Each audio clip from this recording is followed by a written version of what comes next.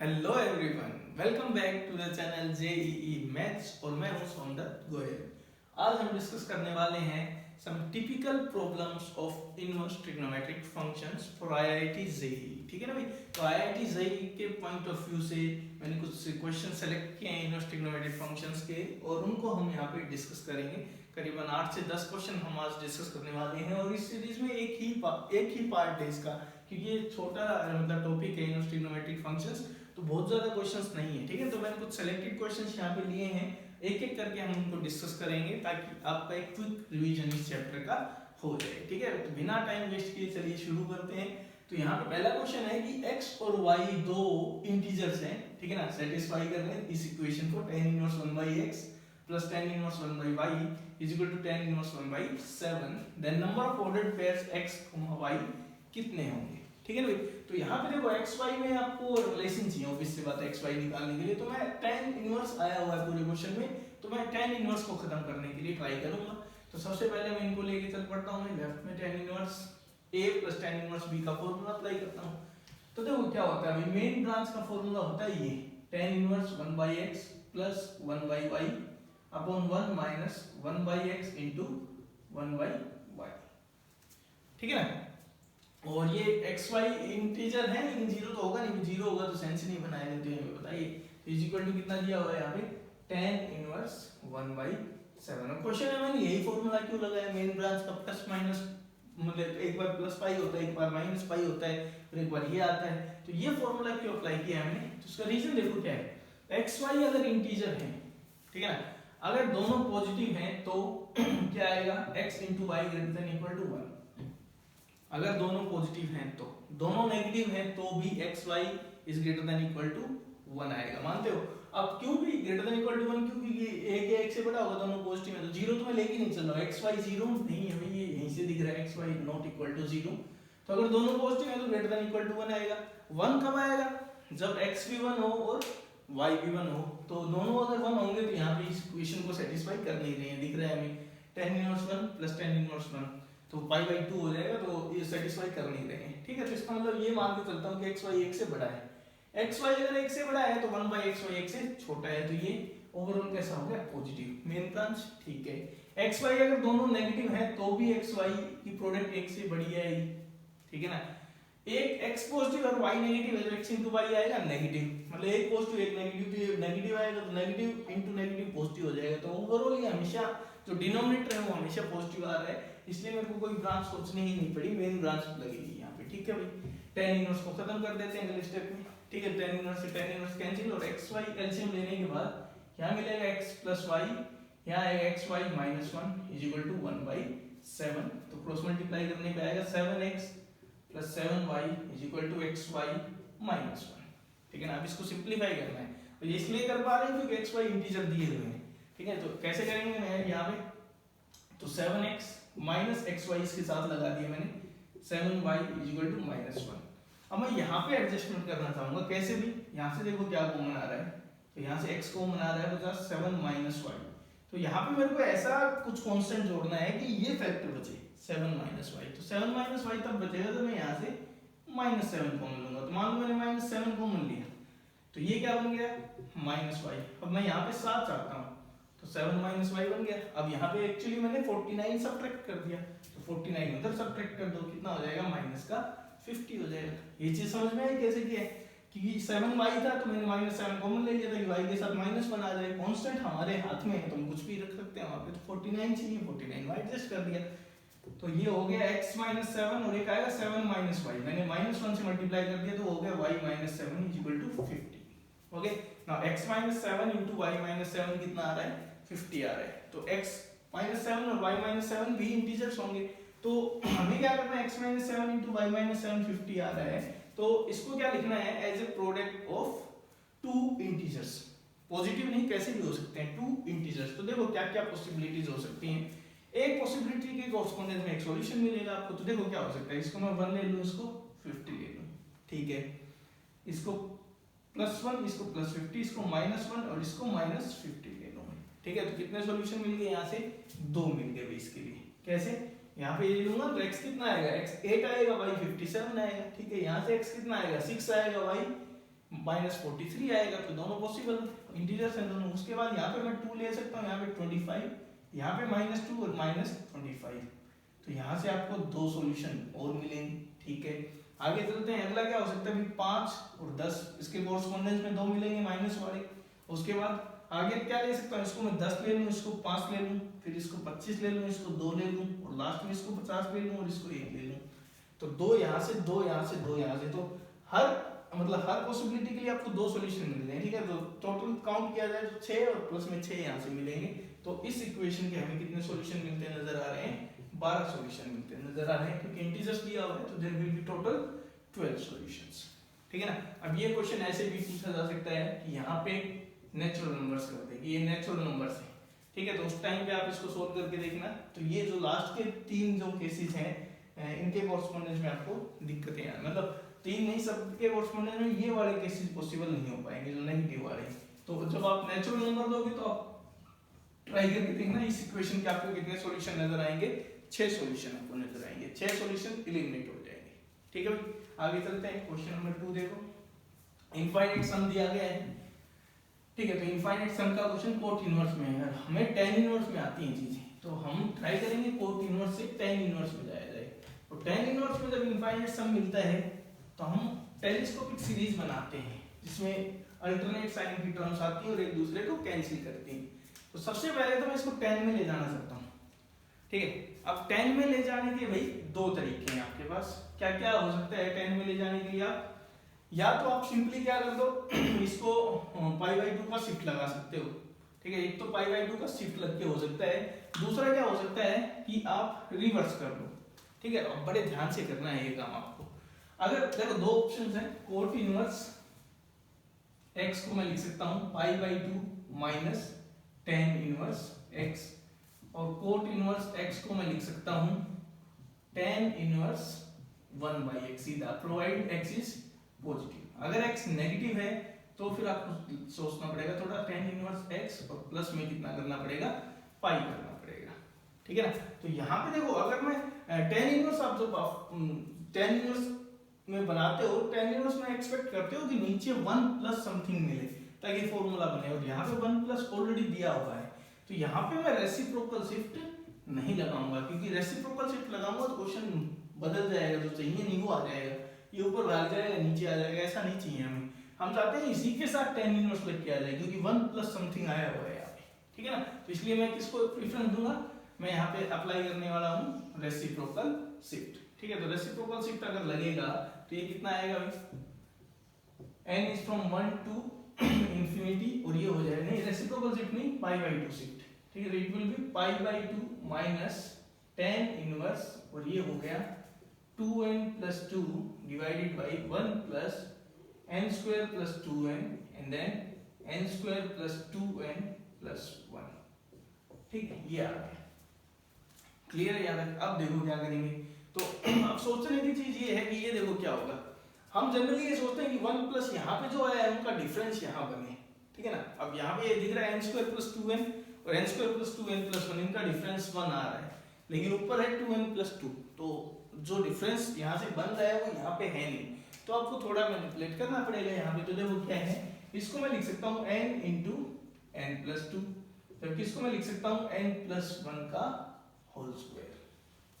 ठीक है ना, तो अब मैं एडजस्टमेंट क्या कर रहा हूँ, एक n को इसके साथ कंबाइन कर देता हूँ, तो it will B n square plus n, जबकि n प्लस 2 को इसके साथ कंबाइन कर देता हूँ, तो ये आएगा n square plus 3n plus 2।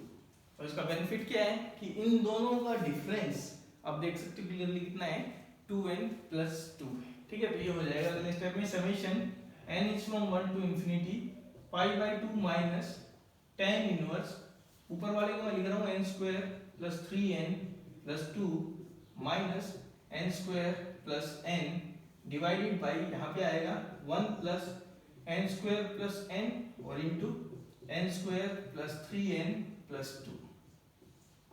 ठीक है ना, ये आ गया अभी। तो यहाँ से हम देखेंगे तो क्या मिलेगा, summation n is from 1 to infinity π/2 minus, अब यहाँ पे देखो tan inverse a minus b by 1 plus ab, now ab is positive, तो इसको tan इनवर्स देखो ना, यहाँ पे a इंटू b पॉजिटिव है क्योंकि n 1 से इंफिनिटी नेचुरल नंबर्स हैं, तो 1 प्लस ab अगर पॉजिटिव है तो मेन ब्रांच है, तो इसको मैं सीधा क्या लिख सकता हूँ, tan इनवर्स डिवाइड करते हैं n square plus 3n plus 2 minus tan inverse n square plus n। ठीक है भाई, ये आ गया आपके पास। ठीक है, तो अब इसको थोड़ा सा हम सिंप्लीफाई करेंगे। तो ये टेलीस्कोपिक सीरीज आ गई, तो ये कांस्टेंट है, इसको तो अलग कर दो आप। n 1 से लेके इंफिनिटी, ध्यान से करना कि यहाँ गलती होगी, अदरवाइज 5/2 बाहर मत निकाल देना, समेशन लगा हुआ है। और यहाँ पे समेशन लगाऊंगा तो सबसे पहले 1 रखता हूँ मैं, क्या आएगा tan इनवर्स। सबसे पहले इसको क्या लिख लो भाई, this is n + 1 * n + 2 and what is this, this is n * n + 1। तो रखना शुरू करते हैं। सबसे पहले यहाँ पे मैं n की जगह कितना रख रहा हूँ, 1 रख रहा हूँ। तो 1 रखूंगा तो क्या आएगा 2 * 3 minus tan inverse 1 * 2। Okay, then अगला 2 रखेंगे तो tan इनवर्स 3 * 4 माइनस यहाँ 2 रखेंगे तो 2 * 3। ओके, एंड सो ऑन, यही प्रोसेस अब चलना शुरू हो जाएगा। लास्ट में आएगा tan इनवर्स, n तक लेके जाता हूँ। ठीक है, और n पे मैं लिमिट लगा दूंगा इंफिनिटी को टेंड्स करता हुआ, n + 1 n + 2 minus tan inverse n * n + 1। ठीक है, और यहाँ पे मैं अप्लाई कर देता हूँ limit n is approaching to infinity, तभी इनफाइनाइट सम ऑफ आएगा। ठीक है भाई, अब देखो कैंसिलेशन शुरू हो गया, ये इसको काट रहा है, इससे आगे वाले को काटेगा और ये इससे पीछे वाले में कटेगा। ठीक है, तो यहाँ से आपको मिलेगा summation n is from 1 to infinity π/2, ये अलग से बैठा हुआ है यहाँ पे, और माइनस ये बताओ क्या है। तो माइनस में यहाँ पे सरवाइव किया tan inverse n + 1 * n + 2 minus tan inverse. ठीक है ना, n कहाँ पे जा रहा है, तो लिमिट है n approaching to infinity. n infinity पे जाएगा तो ये कितने पे जाएगा, tan इनवर्स इनफाइनाइट। तो देखो आप यहाँ पे थोड़ा ध्यान करना। तो फाइनली हमारा क्वेश्चन अब सोल्व हो रहा है, तो क्या मिलेगा आपको। वैसे एक चीज देखो, आप शुरू वाली टर्म क्वेश्चन का आंसर पहले ही दे दिया आपको, ये क्या है π/2 माइनस, यहाँ पे मैं लिमिट अप्लाई करूंगा इनफाइनाइट, तो tan इनवर्स इनफाइनाइट क्या होता है, π/2 होता है, और माइनस में अलग से कितना है tan इनवर्स 2 आया हुआ है यहाँ पे। ठीक है, तो दिस इज फाइनाइट। अब π/2 को मैं बार बार जोड़ रहा हूँ, कितनी बार, इनफाइनाइट टाइम्स। तो यहाँ से आप जो आंसर जो देखने वाले हो, दिस इज इनफाइनाइट, क्योंकि इनफाइनाइट टाइम π/2 जुड़ेगा, और उसमें से मैं कुछ फाइनाइट नंबर क्या कर रहा हूँ, माइनस कर रहा हूँ। This is the finite number we are subtracting. तो आपको क्या आंसर मिलने वाला है यहाँ पे, इनफाइनाइट ही इसका क्या हो जाएगा, आंसर हो जाएगा। ठीक है, so final answer is infinite. तो यहाँ पे क्या आएगा, कोई दे नहीं रखा इसमें, तो D is the right answer.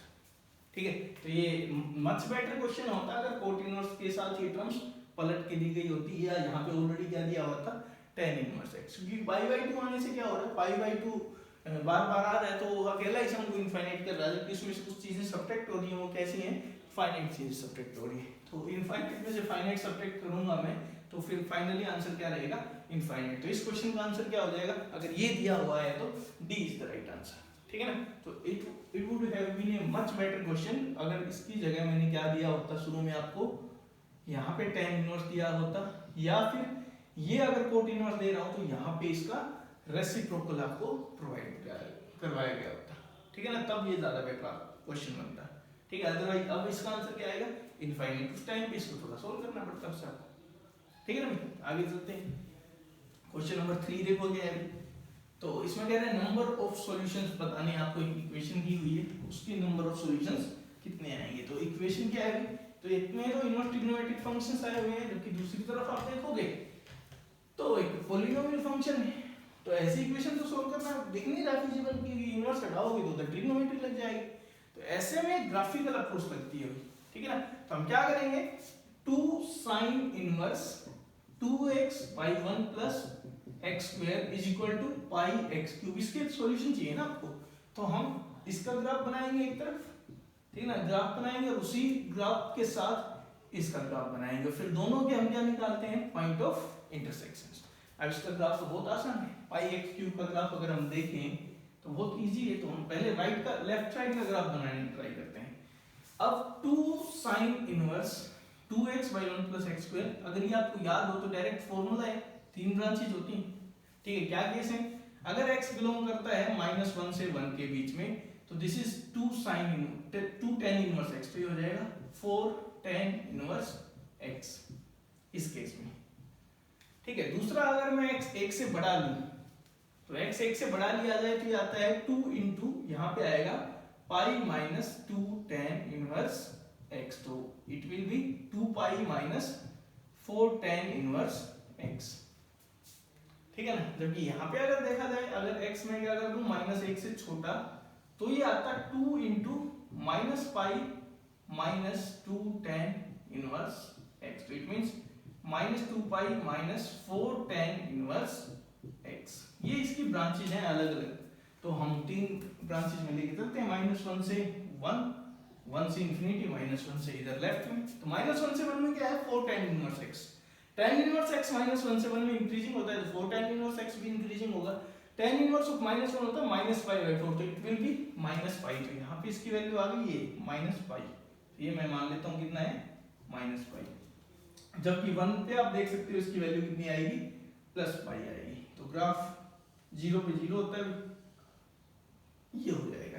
ठीक है, बीच की ब्रांच आ गई माइनस 1 से 1, 1 से बड़े के लिए ये दिया हुआ आपको 2 pi minus 4 tan inverse x। ठीक है, तो मैं 4 को कॉमन ले लेता हूँ यहाँ से, तो क्या आएगा पाई by 2 minus tan inverse x, तो this is 4 cot inverse x। तो कोट इनवर्स x का ग्राफ कीजिए तो 4 टाइम्स करके, ठीक है ना। तो कोट इनवर्स x का ग्राफ क्या होता है, वो डिक्रीज करता है 1 से इंफिनिटी तक करता है ना। 1 पे वैल्यू इसकी कितनी होती है पाई बाई 4, तो ये हो जाएगा पाई, तो यहीं से स्टार्ट करता है, डिक्रीज करता हुआ 0 को टेंड्स करता है, तो ये 0 को जाएगा तो ये भी 0 को जाएगा, तो अब ये ऐसे डिक्रीज करता हुआ ये चला जाएगा। ठीक है ना, तो इस तरह का आपका ग्राफ मिल गया। ठीक है, यहाँ तक। अब बात आती है इधर का ग्राफ कैसा आएगा। ठीक है, तो इस फंक्शन के बारे में आप क्लियरली देख सकते हो, एक ऐसा फंक्शन नजर आ रहा है आपको, तो this is an odd function.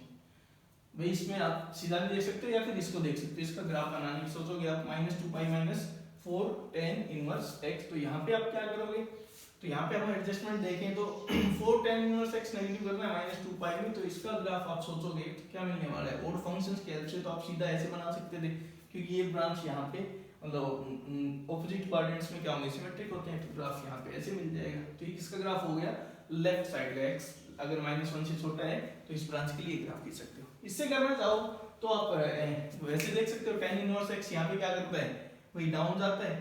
ठीक है ना, तो यहाँ पे ऐसे इंक्रीज होके आता है ना, तो माइनस tan इनवर्स x क्या करेगा डिक्रीज होगा, तो इस तरह से आएंगे। ठीक है, तो अब ये ग्राफ हमने खींच दिया लेफ्ट का। राइट का ग्राफ बहुत आसान है, मैंने बताया था अभी, तो कैसे खींचोगे भाई, तो पाई एक्स क्यूब है, तो पाई एक्स क्यूब का ग्राफ देखें तो 0 पे कितना होता है भाई, और ये थोड़ा सा मैंने tan इनवर्स का ग्राफ भी थोड़ा सा यहाँ पे कंकेविटी गलत खींची है हमने, ऐसे होना चाहिए। ठीक है ना, ऐसे इंक्रीज करते हुए जाता है। ओके, नाउ दूसरा है पाई एक्स क्यूब। पाई एक्स क्यूब का ग्राफ की बात करें तो 0 पे कितना होता है भाई 0। ठीक है, 1 पे देखें तो पाई पे पहुंच जाएगा, तो 1 पे देखो पाई पे पहुंचेगा। अब एक चीज हमें पता है अभी tan इनवर्स x का जो ग्राफ होता है, ठीक है, tan इनवर्स x का ग्राफ होता है y equal to x cube के साथ कंपेयर करोगे तो x क्यूब का ग्राफ तो नीचे से आएगा। ठीक है, जबकि यहाँ पे देखें तो ऐसे सिमेट्रिक होता है ये भी, तो ऑपोजिट कोऑर्डिनेट में सिमेट्रिक है, तो जैसा उधर बिहेव कर रहा है वैसा इधर बिहेव करेगा। तो यहाँ से आप देखो कितने बार इंटरसेक्ट कर रहे हैं, 1 2 और 3 बार इंटरसेक्ट कर रहे हैं। 3 पॉइंट हमें मिल गए जो 1 पे पाई आ रहा था ये, तो इसका मतलब जो नंबर ऑफ सॉल्यूशंस यहाँ से आपको मिलने वाले हैं वो कितने मिलने वाले हैं 3 मिलेंगे। ठीक है ना, तो ये आपका कौन सा फंक्शन था पाई एक्स क्यूब, जबकि ये कौन सा था अभी, ये था आपका 2 times sin inverse 2x by 1 plus x। पहले आपको इसको स्प्लिट करना है, उसके हिसाब से सोचना है। ये ग्राफ बन गया, ये वाला ग्राफ बनाया, और इधर का बनाना बहुत आसान है क्योंकि this is an odd function, तो जैसा वहां ग्राफ बना है वैसा इस कोऑर्डिनेट में बनेगा, तो सिमेट्री से खींच दिया। y equal to pi x cube का ग्राफ खींचना था, तो इधर 0 1 पे कितना हुआ पाई, वैसे इसके नीचे रहता है तो ऐसे निकल जाएगा, यहाँ पे ऐसे आएगा। तो टोटली अगर देखे जाए तो कितने सॉल्यूशन यहाँ पे नजर आ रहे हैं, 3 सॉल्यूशन यहाँ पे आपको नजर आएंगे। तो this equation will have 3 solutions. ठीक है भाई, आगे चलते हैं।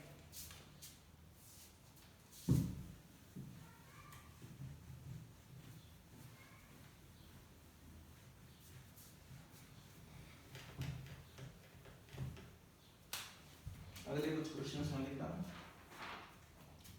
First one is let fx आपको एक फंक्शन दिया गया है x square minus 2ax plus a minus 2। G x एक और फंक्शन है greatest integer 2 plus sine inverse 2x by 1 plus x square, ठीक है। अब कह रहा है कि if the set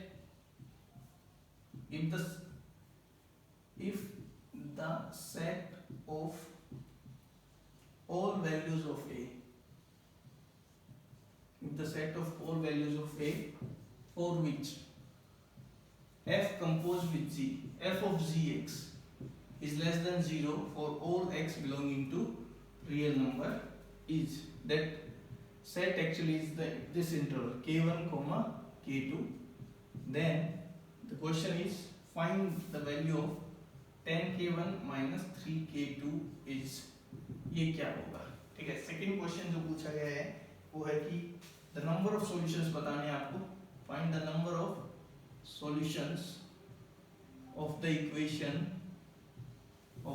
equation cos inverse of cos x is equal to 20 minus x by 10। यहाँ पे x क्या है, 0 से बड़ा है, ठीक है। कितने सॉल्यूशन होंगे इस इक्वेशन के। थर्ड जो क्वेश्चन दिया हुआ है वो है if the range of the function fx is pi root 2 plus cos inverse alpha, ठीक है ना, उस पूरे के साथ में है x square plus 2 cos inverse beta पूरे के साथ में है x, और फिर फाइनली है plus pi root 2 minus cos inverse alpha, ठीक है। दिस इज द फंक्शन और इसकी रेंज दी हुई है, range is 0 to infinity, then the value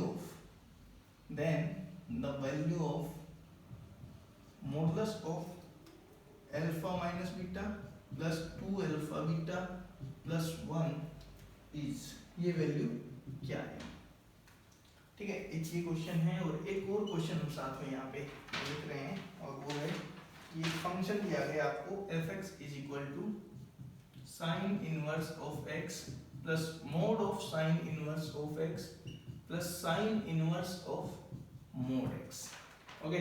तो then plot the graph of, then find the range of the function fx, ठीक है। ये कुछ क्वेश्चंस हैं जो हम डिस्कस कर रहे हैं। तो फर्स्ट क्वेश्चन देखो क्या है, fx एक फंक्शन है, क्वाड्रेटिक फंक्शन दिख रहा है अभी, अपवर्ड पैराबोला बनेगा ग्राफ, ठीक है। gx एक फंक्शन है, this is greatest integer function, ठीक है ना, greatest integer function of 2 plus sine inverse 2x by 1 plus x square, and कह रहा है कि ये जो फंक्शन है ना composition f compose with g हमेशा नेगेटिव रहना चाहिए। तो कह रहा है कि जो a की जो वैल्यूज है ना उसका कलेक्शन आया है वो क्या है k1 k2, this interval is the set of values of a।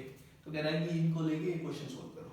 तो सबसे पहले देखो हम ये देखेंगे, सबसे पहले भी इनपुट इसको मिलेगी जो कुछ आउटपुट देगा, उसके ऊपर वो इनपुट फिर वो आउटपुट इसके लिए इनपुट का काम करेगी। तो हम ये देखते हैं कि ये क्या क्या वैल्यूज ले सकता है, ठीक है ना। तो gx की अगर बात की जाए तो gx को ऐसे लिख दो, 2 अलग हो जाएगा and greatest integer of sin inverse 2x by 1 plus x square, ठीक है। अब हमें देखो ज्यादा उसमें नहीं जाना है, हमें सिर्फ ये देखना है कि gx क्या क्या वैल्यू ले सकता है, क्योंकि gx की जो आउटपुट आएगी वो इसके लिए इनपुट का काम करेगी, ठीक है ना। अब देखो समझने की चीज ये है, ये एक्सप्रेशन कभी आप इसको ब्रेक करते हैं फिर पिछले फॉर्मूला की तरह कोई जरूरत ही नहीं है। sin inverse 2x by 1 plus x square, this is defined for all real numbers. आप कुछ भी रखो, ये जो एक्सप्रेशन है अंदर वाला ये आएगा -1 से 1 के बीच में, हमेशा आता है। तो इसकी वजह से क्या है, defined for all real number. तो इस फंक्शन की डोमेन क्या है, ऑल रियल नंबर, ठीक है। लेकिन अब क्वेश्चन है जो इसकी आउटपुट आएगी अंदर वाले की, ये आएगी -π/2 से लेके π/2, क्योंकि इसको कंप्लीट डोमेन मिल रही है। अब कंप्लीट रियल नंबर के मतलब पूरे रियल नंबर यहाँ पे सब्स्टिट्यूट करोगे तो ये -1 से 1 के बीच में ही घूमेगा, तो कंप्लीट -1 से 1 मिलेगा, तो इसकी रेंज भी -π/2 से π/2 आएगी। तो -π/2 से π/2 तक की वैल्यू ये सारी दे रहा है ये एक्सप्रेशन। अब मैंने इस पे लगाना है ग्रेटेस्ट इंटीजर, तो ग्रेटेस्ट इंटीजर लगाऊंगा तो देखो क्या क्या पॉसिबल वैल्यू हो सकती है। तो रेंज क्या आएगी, रेंज ऑफ gx जो आने वाली है वो समझो आप क्या आएगी 2 प्लस, अब माइनस पाई बाई टू से पाई बाई टू के बीच में कोई नंबर आए और उसका मैं ग्रेटेस्ट इंटीजर लूं तो मेरे को देखो क्या क्या आउटपुट मिल सकती है, -2, -1, 0 and 1। These are the 4 outputs possible जो हो सकती है। भाई माइनस पाई बाई टू से पाई बाई टू के बीच में कोई नंबर है तो उसका ग्रेटेस्ट इंटीजर आप लेके देखो यही आएगा। तो इसका मतलब आउटपुट है वो क्या हो सकती है, 2 प्लस में -2 भी हो सकता है, या फिर -1 भी हो सकता है, या फिर 0 भी हो सकता है, या 1 भी हो सकता है। तो आउटपुट क्या आएंगे, 0, 1, 2 and 3। These are the possible outputs of gx। तो आप x कुछ भी रखते रहो, gx आपको 4 पॉसिबल आउटपुट दे सकते हैं, 0, 1, 2, 3। ठीक है, अब ये एज एन इनपुट मिल के बन के जाएंगे इसके पास, fx के पास। अब fx कह रहा है कि सभी x के लिए ये नेगेटिव होना चाहिए, उसने ये नहीं कहा कि सभी x के लिए ये नेगेटिव होना चाहिए। ठीक है ना, ये तो सभी x के लिए नेगेटिव हो तो वो बहुत स्ट्रिक्ट कंडीशन है। आपको मतलब सभी x के लिए नेगेटिव तो हो भी नहीं सकता है, क्योंकि अपवर्ड पैराबोला कभी ना कभी पॉजिटिव होगा। लेकिन उन्होंने कहा f ऑफ gx होना चाहिए, तो ये हो सकता है अभी, क्योंकि आप x कुछ भी रखो, gx आपको क्या देगा, 0, 1, 2, 3। तो f के पास जो इनपुट पहुंच रही है वो सिर्फ 4 इंटीजर पहुंच रहे हैं, 0, 1, 2, 3। हम क्या करेंगे, इन चारों पे पॉजिटिव होना चाहिए। तो आपको अलग अलग से सोल्व नहीं करना, सिंपली आप ऐसे सोच सकते हो इसको, ये 0 है, 1, 2, 3। आप चाहते हो 0 पे भी नेगेटिव हो और 3 पे भी नेगेटिव हो, and this is upward parabola. तो एन अपवर्ड पैराबोला अगर ये है तो मैं कह रहा हूं कि ग्राफ है ना वो ऐसा ही बनेगा, और कोई पॉसिबिलिटी नहीं है, ऐसा नहीं हो सकता बीच में कहीं वो चला जाए।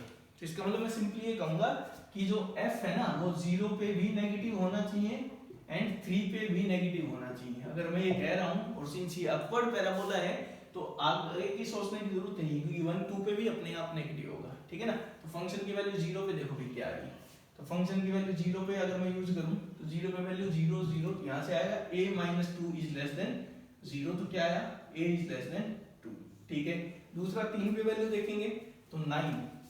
ठीक है, 9 - 6 से और फिर प्लस का a, तो -5 ये बचेगा, और यहाँ पे फिर कितना है, -2, और ये क्या होना चाहिए, लेस देन 0। तो यहाँ से मैं कहूंगा 5a इज लेस देन 7, तो a इज लेस देन 7/5। ठीक है, तो ये कह रहा है कि ये 2 से छोटा होना चाहिए, जबकि वो क्या कह रहा है, नहीं यहाँ पे मैंने कुछ उल्टा लिख दिया, a ग्रेटर देन आना चाहिए यहाँ पे। ठीक है ना, क्यों, क्योंकि उधर भेजा है मैं, जब 5 इज ग्रेटर देन 7 तो a इज ग्रेटर देन 7/5। तो a 7/5 से बड़ा है और a 2 से छोटा है, इसका मतलब a की जो पॉसिबल वैल्यूज हैं वो क्या आएंगी, 7/5 से लेके 2 तक।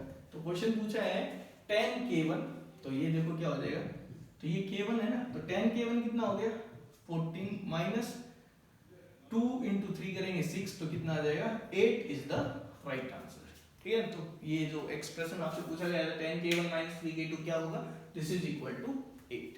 ठीक है ना, तो पहले आपको gx की रेंज निकालनी थी, रेंज क्या हो सकती है, फिर आपको f2 इनपुट मिलेंगे तो ये सब नेगेटिव होना चाहिए। तो पार्टी की हेल्प से हमने सोचा कि यहाँ पे और यहाँ पे नेगेटिव कर दो, दैट विल बी सफिशिएंट, क्योंकि ये अपवर्ड है, क्योंकि x² का कोएफिशिएंट कैसा है, अभी पॉजिटिव आया हुआ है यहाँ पे। ठीक है, आगे चलते हैं, नेक्स्ट क्वेश्चन देखो, फिर से ग्राफ पे बेस्ड है। तो ऐसा एक क्वेश्चन 2014 में पूछा गया था जेईई एडवांस में। ठीक है ना, इसी टाइप का क्वेश्चन था उसमें। तो यहाँ पे क्या है कि fx दिया गया है, एक इक्वेशन दी हुई है, कह रहा है नंबर ऑफ सॉल्यूशन बताओ। अभी किया जाए क्वेश्चन ग्राफ किया, उसी टाइप का क्वेश्चन है, क्यों भी इनवर्स ट्रिग्नोमेट्री है इधर, y यहाँ पे एक लीनियर फंक्शन है, तो हमें क्या करना पड़ेगा, ग्राफ बनाना पड़ेगा। बस कंडीशन है कि x 0 से बड़ा है, इसका मतलब कि अब हम 0 के राइट में ही ग्राफ बनाएंगे। तो भी cos inverse of cos x का ग्राफ तो आपको बताया हुआ है, 0 से पाई के बीच में जाता है, पाई की वैल्यू लेता है। ठीक, और कैसा ग्राफ होता है, तो इसको देखें तो ये मान लो, इसको मैं पाई मान लेता हूँ, पाई इज 3.14। ओके, तो pi this is 2 pi, this is 3 pi, इस तरह से। तो ग्राफ क्या आएगा, 0 से पाई में ऐसे जाता है, पाई से 2 पाई, 2 पाई से 3 पाई में ये ग्राफ होता है, फिर 3 पाई से 4 पाई में देखें तो ऐसे आ जाएगा cos inverse of cos x। आगे चलते हैं भाई, यहाँ पे 5 पाई है मान लो, और यहाँ पे मान लो ये 6 पाई है, तो 5 पाई तक ये फिर से बढ़ेगा और 6 पाई तक फिर से डाउन आएगा। ठीक है, आगे चलते हैं, लेट दिस इज 7 पाई, तो 7 पाई तक पहुँचते पहुँचते पाई पे पहुँच जाएगा। यहीं तक ले रहा हूँ क्योंकि यहीं तक सफिशिएंट रहेगा। ठीक है, ये ग्राफ मैंने खींच दिया, राइट का ग्राफ मेरे को पता है, this is a straight line. ठीक है, स्ट्रेट लाइन के लिए 2 पॉइंट इनफ होते हैं। तो सबसे पहले तो मैं यहीं पे स्टार्टिंग में ही देख लेता हूँ, तो यहाँ पे x कितना है, 0 है। ठीक है ना, x को मैं 0 रखूंगा तो y कितना आएगा, 2 आएगा। ठीक है, तो x को 0 रखा तो y 2, दिस इज पाई, तो 2 यहाँ नहीं होता भाई, ये 2 हो गया।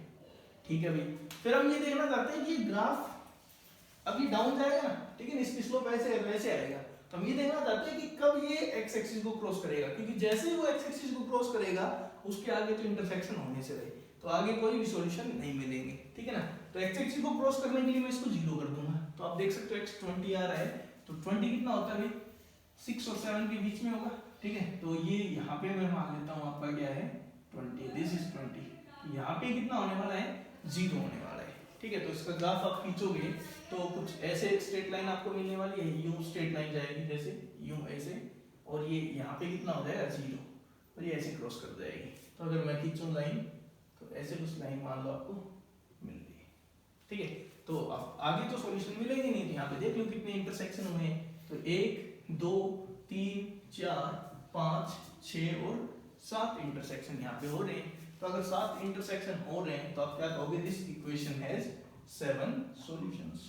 x ग्रेटर देन 0 दिया हुआ था भाई, अगर ये नहीं देता तो आप लेफ्ट का भी ग्राफ बनाते और उसके हिसाब से सोचते, लेकिन यहाँ पे x ग्रेटर देन 0 है तो इसका ग्राफ खींचा हमने, सिंपल ग्राफ था, ये तो पता ही है, इसका ग्राफ स्ट्रेट लाइन है, ये भी इजी है, और फिर पॉइंट ऑफ इंटरसेक्शन हमने काउंट कर लिए, ठीक है। इसी को क्यों पॉइंट कंसीडर किया मतलब, क्योंकि इसके आगे नीचे चला जाएगा ग्राफ तो इंटरसेक्शन मिलने नहीं है, तो इसलिए मैंने इसको देख लिया, आगे सोचने की जरूरत ही नहीं पड़ेगी आपको। इस तरह से दिस इक्वेशन हैज 7 सॉल्यूशंस, ठीक है भाई। आगे चलते हैं, क्वेश्चन नंबर 3।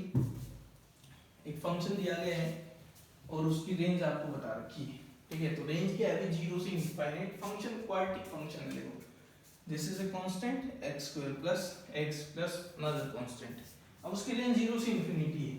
तो क्या मतलब इसका है, मान लो आपको मैं क्वाड्रेटिक फंक्शन देके, क्वाड्रेटिक फंक्शन की डोमेन क्या होती होगी, और रियल नंबर, इसकी डोमेन और रियल नंबर है। अब कह रहा है कि रेंज 0 से इंफिनिटी है, तो 0 से इंफिनिटी रेंज तो भाई एक ही केस में होती है, जब ग्राफ ऐसा हो, ये ग्राफ बनेगा तभी इसकी रेंज क्या होती है 0 से लेके इनफाइनाइट, ठीक है ना। तो ये ग्राफ कब होता है, तो ये ग्राफ तब होता है जब x² का कोएफिशिएंट पॉजिटिव हो, तो इसका मतलब पहली कंडीशन तो ये है कि pi into root 2 plus cos inverse alpha greater than 0 है, जो कि ऑब्वियसली आएगा क्योंकि कोस इनवर्स अल्फा 0 से पाई के बीच में होता है, ऑलरेडी पॉजिटिव होता है, ये भी पॉजिटिव है, तो ये कंडीशन तो मीट हो गई पहले से। दूसरी कंडीशन इसके लिए होती है कि डिस्क्रिमिनेंट कितना होना चाहिए 0, ठीक है। तो क्वेश्चन स्टार्ट कराएगी क्वाड्रेटिक इक्वेशन, तो डिस्क्रिमिनेंट को 0 रखो, तो डिस्क्रिमिनेंट देखो क्या आएगा 4 cos इनवर्स बीटा का होल स्क्वायर माइनस यहाँ पे आएगा 4 a is pi root 2 plus cos inverse alpha and c is pi root 2 minus cos inverse alpha, this should be 0, okay। तो 4 से 4 काट देता हूँ, यहाँ आएगा cos inverse बीटा का स्क्वायर इज इक्वल टू, उधर भेज देता हूँ, तो a प्लस बी और a माइनस बी, तो हो जाएगा 2 pi square, okay, pi root 2 into pi root 2 minus यहाँ आ जाएगा cos इनवर्स बीटा का स्क्वायर, तो इधर ले आओ इसको, तो ये आया cos इनवर्स अल्फा का square plus cos inverse beta का square is equal to 2 pi square, ये इक्वेशन सोल्व करनी है। अब ये एक्सट्रीम वैल्यूज पे बेस्ड है भाई, इसकी जो वैल्यू है वो 0 से पाई होती है, तो इसके जो आउटपुट आएगी 0 से पाई स्क्वायर के बीच में आएगी, ये भी 0 से पाई स्क्वायर के बीच में वैल्यू लेगा, alpha and beta are independent, ठीक है ना। तो अब जो सम चाहिए आपको 2 पाई स्क्वायर, तो तभी मिलेगा जब ये cos इनवर्स अल्फा पाई हो, ठीक है, और cos इनवर्स बीटा भी कितना हो पाई हो, ठीक है। तो यहाँ से अल्फा क्या आएगा भाई, तो cos इनवर्स अल्फा पाई है तो अल्फा -1 और बीटा भी क्या आएगा -1, तो अल्फा और बीटा दोनों मिल गए आपको। क्वेश्चन क्या पूछा है उसने, अल्फा माइनस बीटा का mode, this is 0, 2 into alpha into beta, this is 2 + 1, तो क्या आंसर आ जाएगा 3 इज द राइट आंसर, ठीक है ना। तो क्वेश्चन दिखने में कॉम्प्लिकेटेड सा लग रहा है लेकिन बिल्कुल आसान है, स्टार्ट क्वाड्रेटिक इक्वेशन से होगी, यहाँ पे आपको कुछ सोचने की जरूरत नहीं है क्योंकि दिस इज ऑलरेडी पॉजिटिव, ठीक है। तो इसको आपको सिर्फ डिस्क्रिमिनेंट को सोल्व करना है और वहां से आपको सॉल्यूशन मिल जाएगा, ठीक है भाई। आगे चलते हैं, नेक्स्ट में देखो एक फंक्शन दिया गया है fx is equal to sin inverse x plus mod of sin inverse x plus sin inverse of mod x, और रेंज पूछ रहा है। तो देखो ऐसे क्वेश्चन में हम क्या करेंगे, हमें ग्राफ आता है sin इनवर्स x का, ठीक है, तो उसकी हेल्प से अगर सोचें तो सबसे पहले fx की डोमेन देखते हैं। तो डोमेन क्या आएगी फंक्शन की, तो सभी फंक्शन सभी पार्ट्स में डोमेन क्या आएगी, यहाँ भी -1 से 1, ठीक है, यहाँ -1 से 1 और यहाँ भी क्या होगी -1 से 1 होगी, ठीक है। तो अब बात करें इसके ग्राफ की, तो देखो क्या है, अगर साइन इनवर्स एक्स का ग्राफ आप कंसीडर करो तो ग्राफ को देखते ही बड़े आराम से पिक कर पाओगे आप। This is -1 suppose, this is +1, ये π/2 है और ये -π/2। तो ये ऐसे ग्राफ होता है आपका साइन इनवर्स एक्स का, ठीक है ना। तो अगर ये साइन इनवर्स एक्स का ग्राफ हमने खींच दिया तो साइन इनवर्स एक्स का ग्राफ तो ठीक है, ये हो गया। अब साइन इनवर्स ऑफ एक्स का मोड लूंगा, तो मोड लेंगे तो उस टाइम पे क्या होगा, ये ग्राफ ऐसे ही रहेगा, ये लिफ्ट होने वाला है, ठीक है। Sine inverse of mode x में क्या होता है, ये ग्राफ इरेज होगा और ये लिफ्ट होके यहाँ आएगा, ठीक है ना। मतलब लिफ्ट क्या है, इसकी इमेज बनाऊंगा तो वो यही बनेगा जैसे लिफ्ट हो गया वही, ठीक है। तो जैसे मान लो ये किसका है, साइन इनवर्स एक्स का ग्राफ, इससे जस्ट आगे मैं खींच रहा हूँ, दिस इज -1, दिस इज +1, तो यहाँ पे ऐसे, ठीक है। ये ग्राफ ऊपर लिफ्ट हो गया है तो ये ऐसे, ठीक है। ये किसका ग्राफ है, this is mode of sine inverse x, ठीक है। और सिमिलरली तीसरा ग्राफ क्या है, sine inverse of mode x, उसमें देखो क्या होगा, दिस इज +1, दिस इज -1, तो ये π/2 है, ये -π/2 है, तो शुरू में ये ग्राफ आएगा ऐसे, इधर का ग्राफ इरेज हो गया और इसकी इमेज यहाँ बनाऊंगा तो ये यही ग्राफ आ गया, ये सेम वाला, this is sine inverse of mode x. अब आपको तीनों ग्राफ्स को क्या करना है, ऐड करना है, तीनों फंक्शंस को ऐड करना है, तब आपको fx मिलेगा, ठीक है। तो अगर मैं तीनों फंक्शंस को ऐड करूं तो देखो क्या आएगा, तो fx को मैं लिख रहा हूं, यहाँ पे दो केसेस बन रहे हैं, राइट साइड में तो कुछ चेंज हुआ ही नहीं, तो अगर x 0 या 0 से बड़ा है तो सोचो क्या है, sine inverse x, sine inverse x तो था, ये भी साइन इनवर्स x ही है, ठीक है ना। ये देखो ना क्या है, ये जो ब्रांच है ये है साइन इनवर्स x, ये ब्रांच क्या है, minus of sine inverse x, ऊपर उठाया माइनस लग गया क्योंकि मोड इधर नेगेटिव था, साइन इनवर्स ठीक है। यहाँ पे अगर बात करें तो कौन सी ब्रांच है, साइन इनवर्स x, क्योंकि x 0 से बड़ा है, यहाँ पे x 0 से छोटा है तो ये है साइन इनवर्स ऑफ -x, और वो क्या होता है, minus of sine inverse of x। जबकि इसकी बात करें तो इधर क्या है, साइन इनवर्स x, और इधर भी क्या है, साइन इनवर्स x, क्योंकि ये तो फंक्शन साइन इनवर्स x था। तो देखो ना राइट साइड में sine inverse x, sine inverse x, sine inverse x, तो ये कितना हो जाएगा, 3 साइन इनवर्स x। जबकि अगर x 0 से छोटा कर दूं, -1 से तो ऑब्वियसली बड़ा या इक्वल लेंगे ही, तो ये आएगा साइन इनवर्स x, ये आएगा माइनस साइन इनवर्स x, ये आएगा माइनस साइन इनवर्स x, तो इवेंचुअली आपको मिलेगा माइनस साइन इनवर्स x। तो अब मैं कहूंगी इसकी रेंज बतानी है, इसका ग्राफ खींच देता हूं, तो इसका ग्राफ देखो फाइनली क्या आएगा। तो अब मैं fx का ग्राफ खींच रहा हूं, -1 से 1 के बीच में, तो देखो राइट साइड में 0 से 3 में क्या है, 3 साइन इनवर्स x, तो अब ये बढ़ेगा लेकिन 3 गुना तेजी से बढ़ेगा, तो ये ऐसे ग्राफ आएगा और ये पहुंच जाएगा 3π/2 पे जब 1 पे पहुंचोगे, क्योंकि ये π/2 पे तो यही पहुंचता है। ये माइनस साइन इनवर्स x है, तो इसका ग्राफ कैसा आएगा, यूं आएगा, ठीक है। दिस इज π/2 -1 पे, तो ये किसका ग्राफ हो गया, fx का। तो अब पूछा इसकी रेंज, तो रेंज आप देख के बता सकते हो, तो इसकी रेंज क्या आ गई थी, तो रेंज आएगी 0 से लेके और π/2, ठीक है ना, π/2 नहीं सॉरी 3π/2, 0 से लेके 3π/2 तक की वैल्यू ले रहा है ये, तो इसलिए इसकी रेंज क्या होगी, 0 से 3π/2, ठीक है। जैसे मान लो यहाँ पे एक एक्स्ट्रा क्वेश्चन दे देंगे कि fx = k has 2 solutions, exactly 2 solutions, k की वैल्यू बताओ क्या होगी। तो इसके लिए आपको fx का ग्राफ आना ही चाहिए, तो उसके लिए हम क्या करेंगे भाई, fx = k, तो इसका ग्राफ तो मैंने खींच दिया। ये क्या है, y = some constant, y = some constant का ग्राफ क्या होता है, हॉरिजॉन्टल लाइन। तो कौन सी हॉरिजॉन्टल लाइन, इसको 2 बार काटनी है इस ग्राफ्स को, इन ग्राफ्स को, तो आप देखोगे ये सब लाइन 2 बार काट रही है, ठीक है। इनफैक्ट π/2 वाली भी 2 बार काट रही है, तो यहाँ पे k की वैल्यू क्या आएगी, k की वैल्यू 0 नहीं हो सकती लेकिन π/2 हो सकती है, क्योंकि 0 अगर लिया तो एक बार ही कट लग रहा है, ठीक है ना। अगर वो एक सॉल्यूशन है तो 1 सॉल्यूशन के केस में क्या आएगा, k की वैल्यू क्या मिलती है आपको, या तो 0 या फिर k मिलता π/2 से लेके π/2 पे ओपन और 3π/2, ठीक है। और इसके अलावा k की वैल्यू आप कुछ भी लोग इन 2 केसेस के अलावा, तो आपको एक भी सॉल्यूशन नहीं मिलेगा यहाँ पे, ठीक है भाई। तो इस तरह से आपको इसका ग्राफ बनाना था, पहले आप तीनों के ग्राफ अलग से सोच सकते हो इजीली, फिर उनको सम कर सकते हो, या तीनों फंक्शंस को वैसे सोच लो, ग्राफ नहीं सोचना चाहते तो इनकी ब्रांचेस ब्रेक कर लो, 2 ब्रांचेस बनेंगे, फिर सोल्व ऐड कर दो, ये आएगा, यहाँ के बाद आप ग्राफ खींच सकते हो, ठीक है। उसके बाद फाइनल 2 क्वेश्चन हम और डिस्कस करने हैं इन ट्रिग्नोमेट्री पे, ठीक है। तो जितना आप ग्राफिकली सोचोगे उतना ज्यादा बेटर रहेगा आपके लिए, बेनिफिशियल रहेगा। जहाँ पे आपको लगता है कि ग्राफ हमें आते हैं फंक्शंस के, यहाँ पे लगता है कि बहुत कॉम्प्लिकेटेड है ग्राफ, फिजिबल नहीं है, तो आप स्किप कर सकते हो ग्राफ्स को, ठीक है। नेक्स्ट क्वेश्चन जो हम डिस्कस कर रहे हैं वो है, first is the number of real values of x, real values of x satisfying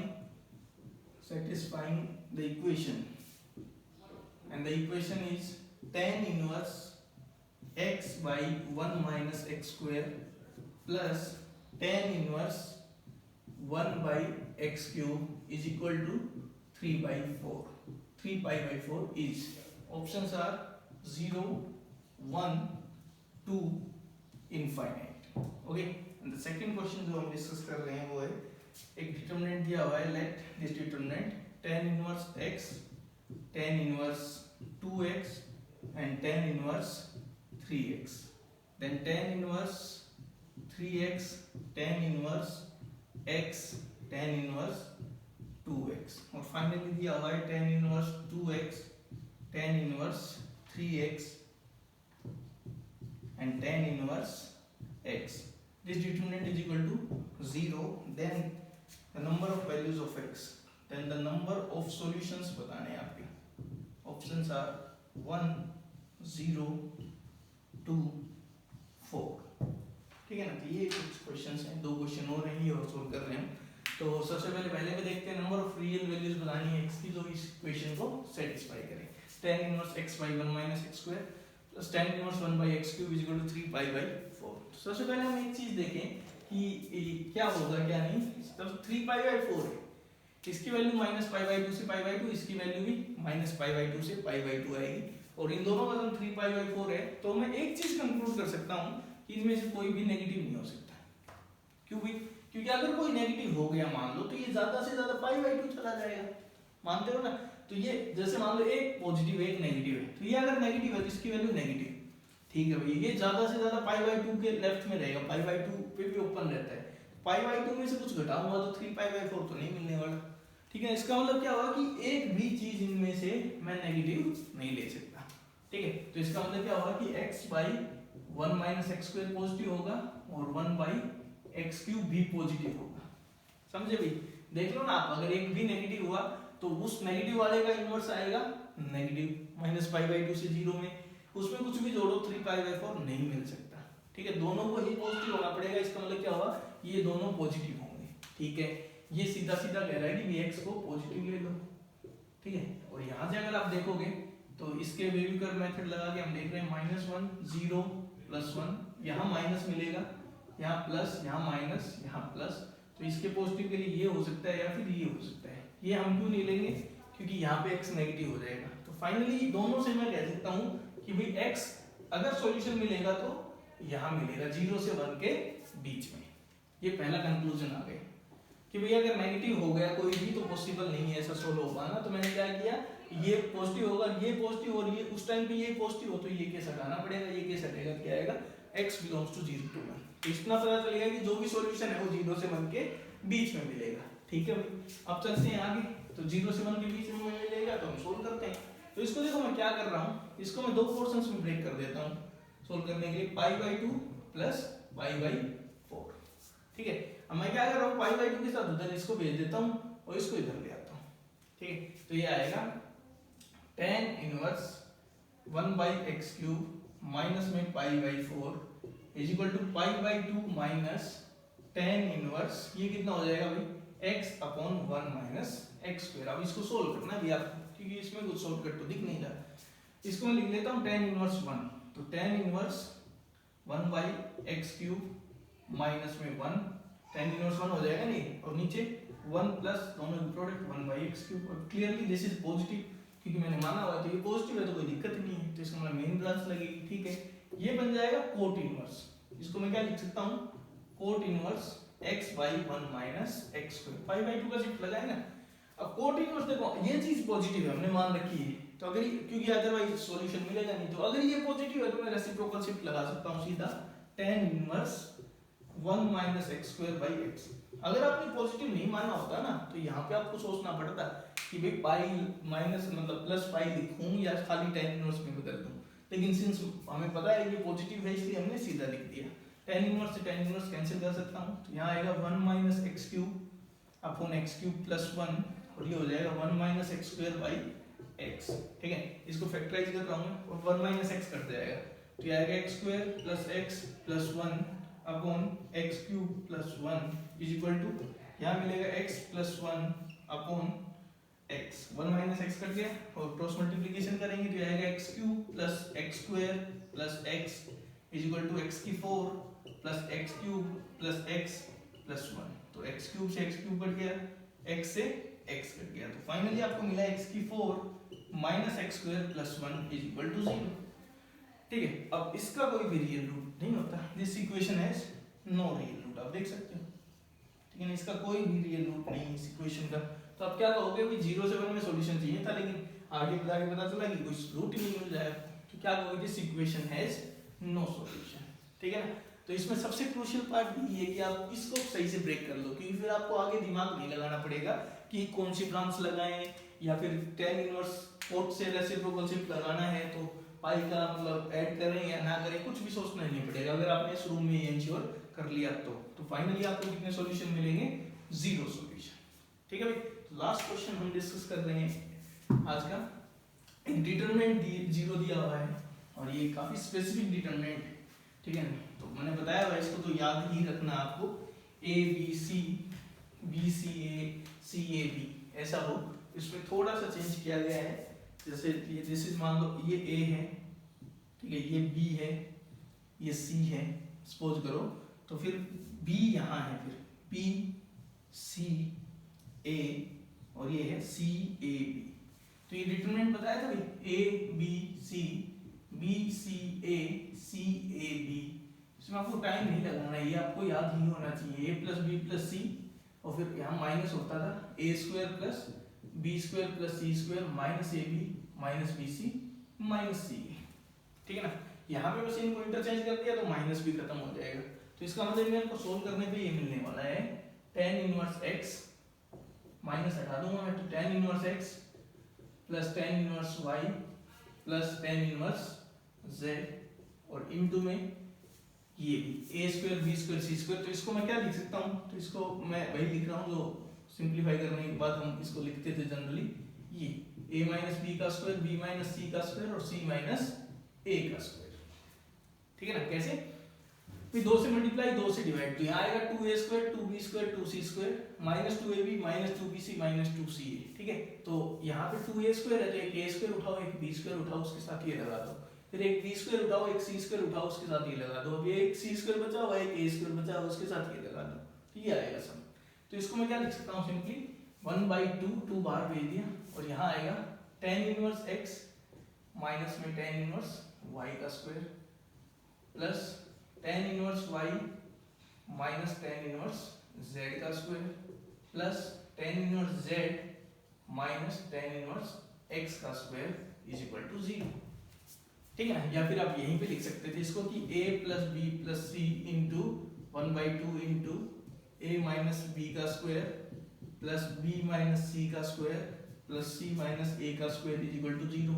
अगर ये लेके चलते तो या तो ये 0 होता है, ये तीनों 0 होते, तीनों 0 होते थे, a is equal to b is equal to c आता था। यहाँ से दो इंप्लीकेशन आती क्या, a plus b plus c बराबर 0 या फिर आपको मिलता a is equal to b is equal to c। तो आप सिंपली ये लिख सकते थे, फिर आप सीधा वो इतना बड़ा ना लिख के यहाँ से मैंने क्या लिख देता है, a b c क्या है अभी, तो एक तो केस आता है ये tan inverse x plus tan inverse y नहीं है 2x है और यहाँ पे z की जगह क्या है 3x है, ऐसे यहाँ पे चेंज कर लेंगे तो 2x plus tan inverse 3x is equal to 0, या तो ये हो जाए या फिर आपको क्या मिले भाई a is equal to b is equal to c। इसका मतलब क्या होगा tan inverse x is equal to tan inverse 2x is equal to tan inverse 3x। ठीक है, तो आपको ये दो इक्वेशन सोल्व करनी है अभी, या तो यहाँ से या यहाँ से। अब यहाँ पे बात करते हैं सबसे पहले इससे कितने सॉल्यूशन मिलेंगे आपको। तो देखो tan इनवर्स x कैसा फंक्शन है अभी, तो tan इनवर्स x एक इंक्रीजिंग फंक्शन है, tan इनवर्स 2x भी एक इंक्रीजिंग फंक्शन है और tan इनवर्स 3x भी इंक्रीजिंग फंक्शन है। All of them are increasing, ये इंक्रीजिंग ये भी इंक्रीजिंग और ये भी इंक्रीजिंग, तो इनका समेशन भी क्या होगा इंक्रीजिंग फंक्शन। ठीक है, तो अगर ये इंक्रीजिंग फंक्शन है, इसकी डोमेन है माइनस इंफिनिटी से इंफिनिटी, तो इंक्रीजिंग फंक्शन है तो एक बार जीरो हो सकते हैं। और ये क्लियरली विजिबल है यहाँ से कि x इक्वल टू जीरो पे क्या हो रहा है, जीरो हो रहा है। फर्स्ट इक्वेशन से कितने सॉल्यूशन मिले, एक सॉल्यूशन। भाई ये इंक्रीजिंग फंक्शन, ये भी इंक्रीजिंग फंक्शन, ये भी इंक्रीजिंग फंक्शन, तीन इंक्रीजिंग फंक्शंस को मैं ऐड करूंगा तो इंक्रीजिंग ही तो मिलेगा। अब एक increasing function, strictly increasing function है, वो x एक्सिस को ज्यादा से ज्यादा कितने बार काटेगा, एक बार काटेगा, तो इसका मतलब ज्यादा से ज्यादा एक सॉल्यूशन मिल सकता है। लेकिन ये साफ दिख रहा है कि x जीरो इसको सेटिस्फाई कर रहा है, तो इसका मतलब क्या हुआ, x इक्वल टू जीरो ही इसका क्या है, सॉल्यूशन। तो भाई इससे हमें एक सॉल्यूशन मिल गया x बराबर जीरो। अब यहाँ आते हैं, अब यहाँ पे देखो ग्राफिकल नॉलेज होनी चाहिए बस आपको थोड़ी सी। tan इनवर्स x का ग्राफ खींच देते हैं भाई, तो ये this is minus pi by ना plus pi by two, this is minus pi by two, तो ग्राफ क्या होता है tan इनवर्स x का ये, ठीक है। अब tan इनवर्स 2x का ग्राफ खींचना हो तो देखो क्या होगा, ये मान लो 1 था तो 1 पे पाई बाई 4 होता है ना। अब क्या होगा, tan इनवर्स 2x का ग्राफ है वो 1/2 पे ही यहाँ पहुंच जाएगा, तो इसका मतलब वो जस्ट इसके ऊपर से जाएगा, ठीक है, और यहाँ पे इसके नीचे से जाएगा।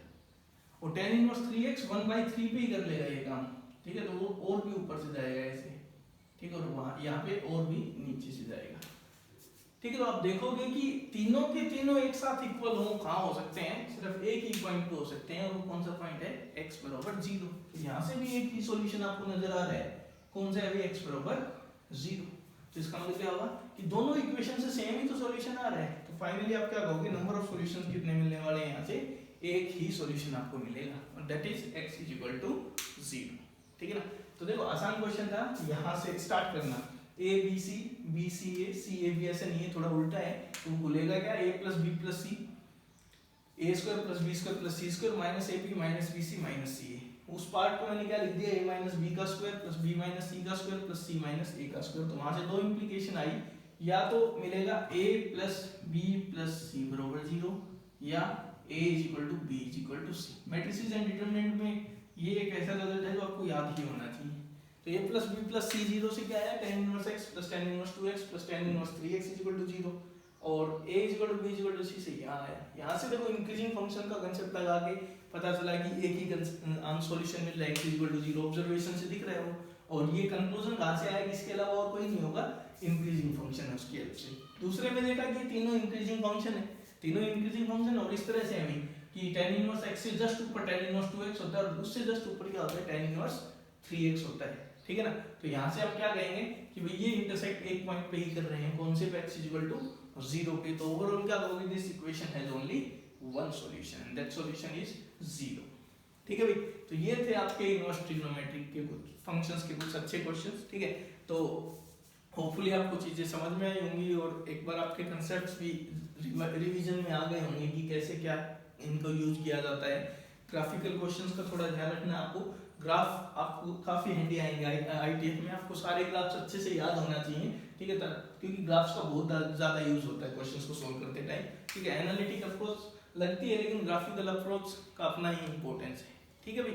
तो होपफुली आज का लेक्चर आपको समझ में आया होगा अच्छे से। ऐसे ही क्वेश्चंस आपको प्रैक्टिस करने हैं दोनों के लिए, जेई मेंस के लिए और जेई एडवांस के लिए भी। मेंस में थोड़ा सा लेवल डाउन रहेगा, लेकिन एडवांस में काफी अच्छे क्वेश्चंस फ्रेम करेगा वो, ठीक है भाई। तो आज के लिए इतना ही, thank you, have a nice day.